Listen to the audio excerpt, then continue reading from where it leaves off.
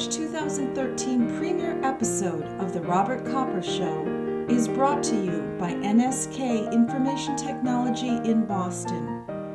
NSK makes IT work. And by McHugh Well Drilling in Pembroke, Massachusetts, serving individual and business well pump and test boring needs since 1952. And now, we present your host, Mr. Robert Kopper. Hello, I'm Robert Kopper, and this is the Robert Kopper Show, the first of many, I hope, monthly shows, talking to local folks, local people of interest. Tonight we have Howard Scott, who's a longtime resident here in Pembroke, a very interesting fellow, sort of a Renaissance man. He's involved in beekeeping, he's an author, he's an entrepreneur, widely traveled. So, Howard, how are you? It's good to see you. Good, Robert. How are you? Good.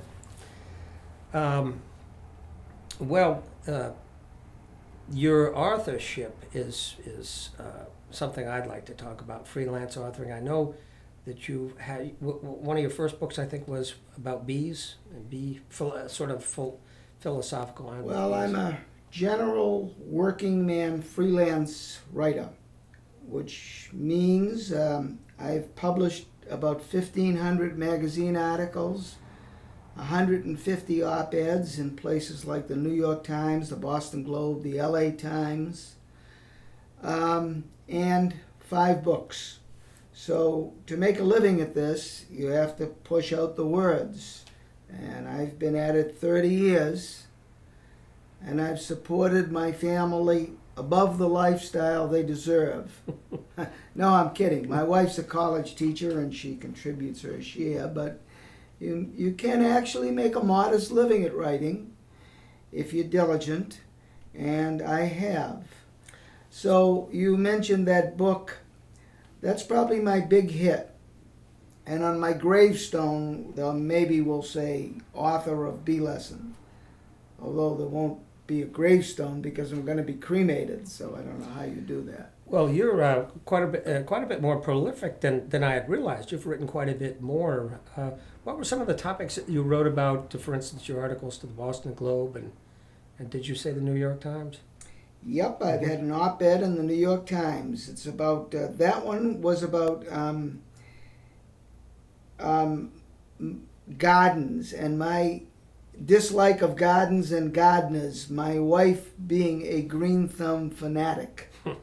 So it was a humor piece. Mm-hmm. I made fun of gardens. I had an op-ed in the Globe on the closing of Paragon Park when it that closed. Was a sad occasion. I had an op-ed this year in the Herald on my father, who's 101 years old.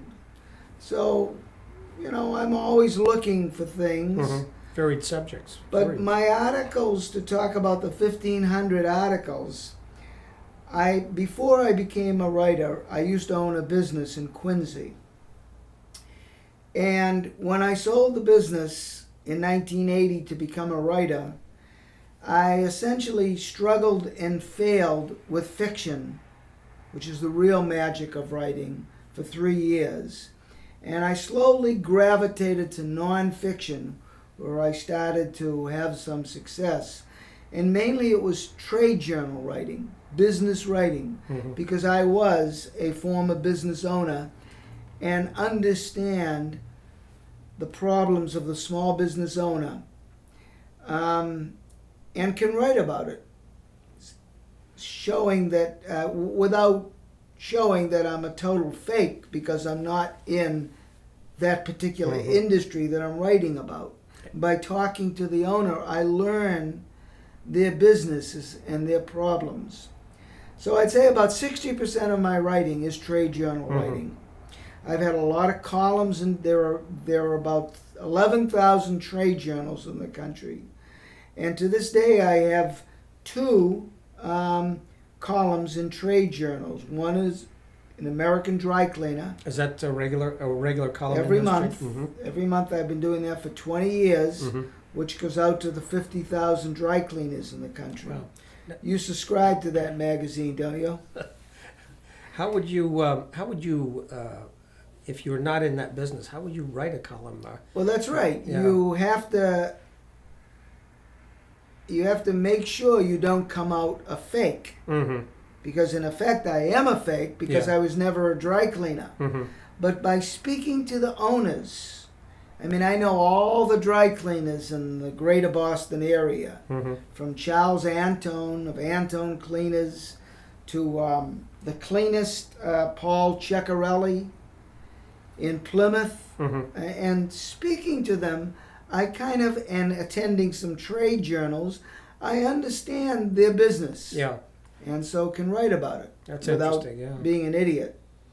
So that's a big portion of my writing still. I also have been a 30-year beekeeper. Mm-hmm.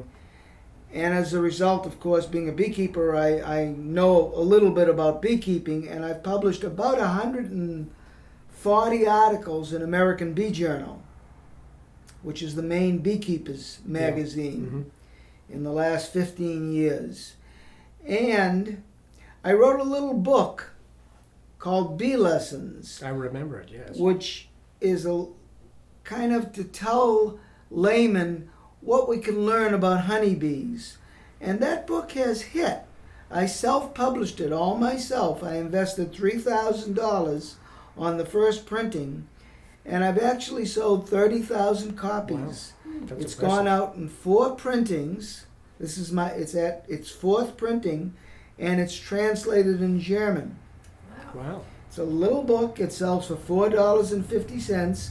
It's sold at about 300 stores, bookstores, bee outlets, museums around the country, such as Winterthur. You Do you have know an what ebook? Winterthur is? Do you have an ebook edition of that? No, No. I don't. I do very little on internet. It's Mhm. just not my preference. Mhm. Even though I probably lose money. Yeah. So no. My wife just bought me an ebook for Christmas, so that's why I asked, because was wondering if any of your work was online available. Yeah. That seems to be the way things are moving. It these is the days. way things moving, but Yeah. not the way Howard moves. Yeah. I'm How an long were you- old timer. How long were you in business as at the station as a I station? owned American Scotch Stationer in Mhm. Quincy, actually Quincy Square, for 12 years. Mhm. What years were those? 1969 to 1980. Yeah, I was just wondering because you mentioned being a small business person, and I'm wondering if you might have any advice to the federal government. I mean, there's a lot of talk about what small business needs, and I would think that you would have some wisdom for the federal government and on how to run a small business. Well, I think And the what they federal need. government is doing terrible things with their deficit spending, because you certainly couldn't run a business like that. But as far as advice to government for handling small business, stay out of their way as much as possible. Just let the small entrepreneurial type build, and he'll do it. We're Mhm. quite entrepreneurial in this country. Yeah, no I doubt really about it. admire individuals and actually have helped quite a few people start Oh, really? businesses. Yeah. And so it still can be done. It's a great country in that respect. Yeah. Yeah. So that's another portion of my writing. A third portion is to pay all the bills. I was an H&R Block tax preparer for 13 years, which I gave up 3 years ago. And I learned taxes. And I write a lot of tax articles, even to this day, even though I'm retired from. So I keep that. That's another aspect of my writing. And the fourth area is kind of general everything else and odds and ends. I've been in Yankee Magazine, Working Woman, Family Circle Magazine.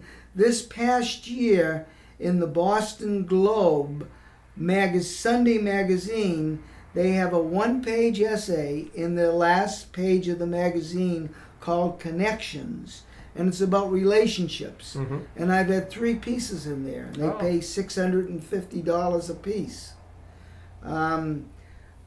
One piece I remember was we argue, therefore we thrive, my wife and I. That was the premise of the piece. Another piece was I do the dishes by hand myself, every single dish in our family, and that's kept me out of therapy for 30 years. Yeah. The Providence Sunday Journal, when there was a certain editor who I got along with, a guy named Elliot Krager, I wrote about a dozen articles, feature articles for him. And also, I should mention in my books, I have written, finally did get to writing fiction, and I've published 10 short stories in literary magazines. And I put them into a book called Ordinary Unhappiness, which I have sold, often in conjunction with my B book or my money book, which is another book I wrote. Mm-hmm. And also I wrote 2 other books for consultants, actually 3 consultants who paid me as a ghostwriter to write their business approach. For instance, one was a very successful consultant in New Jersey who hired me to write a book about his approach, and I wrote it. It was a fictionalized version of A Company in Trouble, where he came in and did his magic and everything came out perfect. Hmm. And George Washington University Press printed 10,000 hardcover editions, and he sold them or gave them away. But those 3 projects were just fee-based for me. I just got a fee. Mm-hmm. That's So very. that's about my writing. Yeah, that's a lot. As I say, a lot more prolific than most of us know. Kept me out of trouble. Yeah, You know, sit there doing this, you can't do too much damage.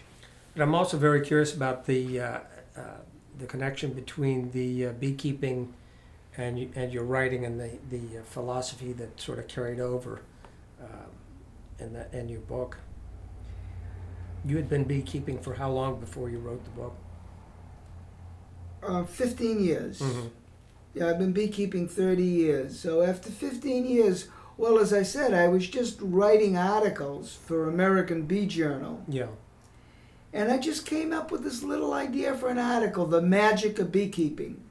And it was published, and I got paid $200. And a couple months later, I was thinking about that article, and it has more to it than that. So I sat down and wrote 44 ways that the beehive is magical, that people don't know about. And I put this together in a little book. And then at the Marshfield Fair, I'm a member of Plymouth County Beekeepers, and we do the Marshfield Fair every year. I decided to test it out by printing up 35 copies of these by hand. My wife, Martha, helped me, and put a little display at the Marshfield Fair to see if anybody would buy this. Mm-hmm. And I sold about 30 copies. Wow. And at that point, that convinced me to put my money where my mouth is, and I Take the lead. produced 3,000 copies for $3,000. Mm-hmm. That's interesting, and that's more of a philosophical outlook toward, as opposed to a technical a view of the actual It's technical aspects of beekeeping. well, philosophical. It's kind of whimsical. Mm-hmm. It's, how would I describe it? It's more whimsical, and a sense that the bees are really wise, even though it's instinct that what they do. Mm-hmm. For example, just to give you one example, when you look at a observation hive or ever look in a hive, it just looks like a chaotic mass of bees. But a beehive is very organized, and there are 14 distinct jobs which bees are doing. Every bee is doing one of these jobs. There's the queen tender who takes care of the queen. There's the guard bees in front. There's the field bees who are gathering nectar and pollen from the flowers. There's the scout bees who are finding new nectar sources. There's the processing bees who are processing the nectar into honey. There's the brood tenders who take care of the young. So you have a hive of 50,000. How do you think it's this division of labor is accomplished? Do you think the queen every morning lines up all 50,000 bees and said, "Okay, you're the queen tender, you're the brood tender, you're the scout, you're the field bee"? How do you think it happens? I would think it'd be programmed into each one genetically or at birth somehow. It is. Yeah. But it's a very clever solution. It's by age. Every honeybee does every job in the hive according to her age. She starts out doing the least fun job, housekeeping, and at the end of her life she does the most fun. The last third of her life, she's a field bee out in the sun all day. Oh. So the bees instinctively, it is instinct, but know when to move to the next level. And furthermore, if there's a bottleneck in the hive, some of the bees will move back down, others will move back up to solve that bottleneck. So that's like one magical aspect. That is magical. And I didn't realize that they would move up as time went on. Yeah, What is the average life of a bee? about 42 days. 42 days. They actually break it down to the day by day of jobs. They can do that. Well, that's, Yep. But a These are queen, things you learn. there's one queen in the hive. She's twice as big, and she'll live 2 years. So you can see how many generations she presides over. Mm-hmm. Yeah. That's very interesting. Well, so some of the other journals that you've written, now there's dry cleaning and that, so we're going to be all over the place here because you've been involved in so many different things. I mean, I could list American coin op for the coin operated, the laundromat industry, Pool and Span News for the pool industry, American Printer for the print industry, Instant Printer for the instant print industry, So, Gaia's office dealer for the office supplies industry, which I was in. so in every case, you have to go meet these people and spend some time in the business to speak to them and find out what interests them and what topics you have to cover. There's some of that. Yeah. It's not go meet, it's phone calls. Although by now, 30 years I've been doing this. Mm. By now, I can customize pieces Yeah. for industries pretty easily. Is it not common, but are there a lot of people out there that do it that way, that write for so many varied publications and industries? Well, someone told me Isn't there's that unusual? about 30,000 freelance writers who make a living at it in the country. Mhm. I'm not sure that's true. Yeah. I know of one. I have one friend. I don't have many writer friends, but I have a couple. Yeah. One who's made a living as a writer all his adult life. And of all the industries you've worked in and subjects you've covered, do you have any particular one that fascinates you more than the others? Other than beekeeping, let's say? No. Business is hard, tough, basic. It's not complicated. It's based on a simple equation. The inflow must be greater than the outflow, day by day by day. Whether it's a restaurant or it's General Electric, it's very simple principles. In my opinion, that's why a lot of very big businesses are owned and founded and run by college dropouts. It's the basic principle. Yeah. So, favorite industries, actually I would say my favorite thing to write now is essays. Humor essays, Mhm. Yeah. essays to that Globe feature, Connection. Yep. I just submitted a piece to the Saturday Evening Post that's still published 6 times a year Wow. Yeah. on my goal of getting into Bartlett's familiar quotations. Do you know Bartlett's? Yes, I've heard of Bartlett's. Yeah, still around. You say you don't have a website.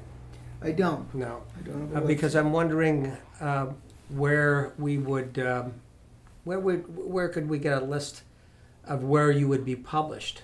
I know a lot of people, tons of people have told me you should get online, you should get a website, and at this point, I don't need the money. Yeah. So I do whatever I want the way I want. I consider myself semi-retired. So I say I sit at the writing desk 9 to 5, Monday through Friday, except when anybody offers me chicken soup or anything more exciting. Yeah. I mean, I goof off a lot. So. One of the other things you've told me that you and Martha do is you house sit or house exchange with folks around We've done that the world. 7 times. We've done a share of traveling. We've traveled pretty much all the last 20 years. We took 3 weeks or a month and traveled. And when my daughter was young, we house swapped 7 times in London, in Glasgow, right below Glasgow, a little village Ayr, in Dripsy, Ireland, the middle of Ireland, in Belgium, in Nice, and the Côte d'Azur of France, in Copenhagen in Denmark, in Athens, Greece. I didn't, until I first spoke to you, I didn't realize that was, is there a group that, You join an organization, there are many different ways, but in our case we joined an organization, Intervac, yeah, and paid $100 and got a big thick book where from there it was up to you. You Yeah. called people and it was just an agreement. And we did that, the house exchange, so my daughter would have kind of built-in friends. We always swapped yeah, with people with kids her age. So there were kind of built-in friends in the neighborhood. Now we don't do that too much because we like to move around more. yeah. But we did go this past June to Malta and Barcelona. Wow, very nice. So you have many articles out there. Some are interesting and some are not so interesting. Tell us about your interesting articles.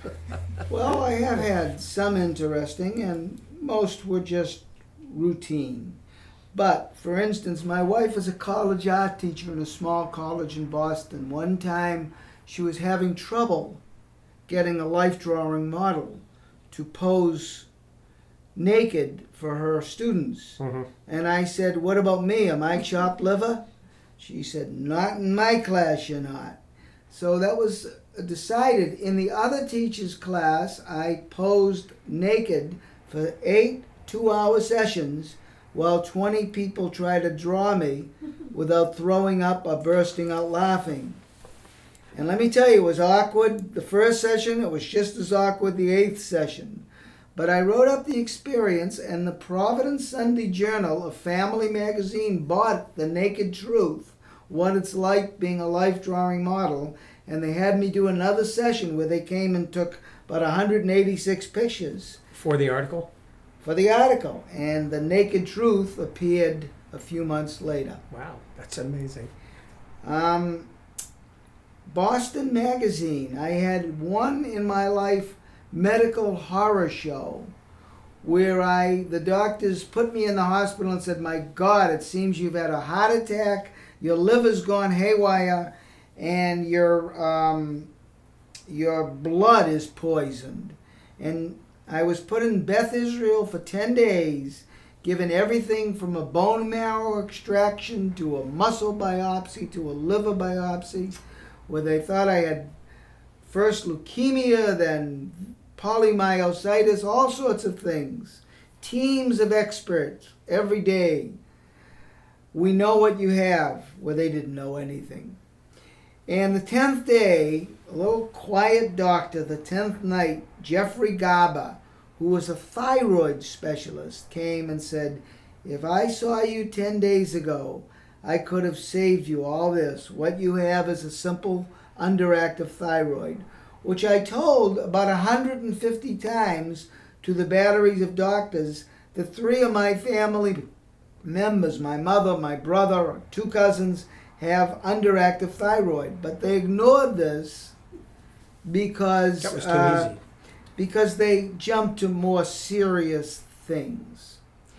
Anyways, I had 2 choices. I could have sued them, maybe, or published it. So I wrote up an article, what did I call it? In the Midst of Life, in Boston Magazine. Published it with a full-page colored picture of me. Did you mention any doctors by name? Or every doctor by name. They probably would have rather you sue them. They could have sued me. That was one worry, but the fact checker was very careful. Anyways, there was You were no just telling the consequences. truth, Yeah. These Globe essays I had about relationships, I've really enjoyed. Seems like 1 million people reads that. I get comments from people I haven't seen in 30 years from these Globe pieces. So you do get a lot of feedback from your readers. I do. Oh, that's I good. do. I do. I actually have been hired. This goes back to my trade journal writing at industry trade journals to come and speak, give a 2-hour presentation for pay because of my industry writings. And it's funny. I mean, I'm not in the industry, but I manage to talk for 2 hours. Let me think if there's anything fun. Oh, my daughter, when we had young children, there was Sesame Street magazine.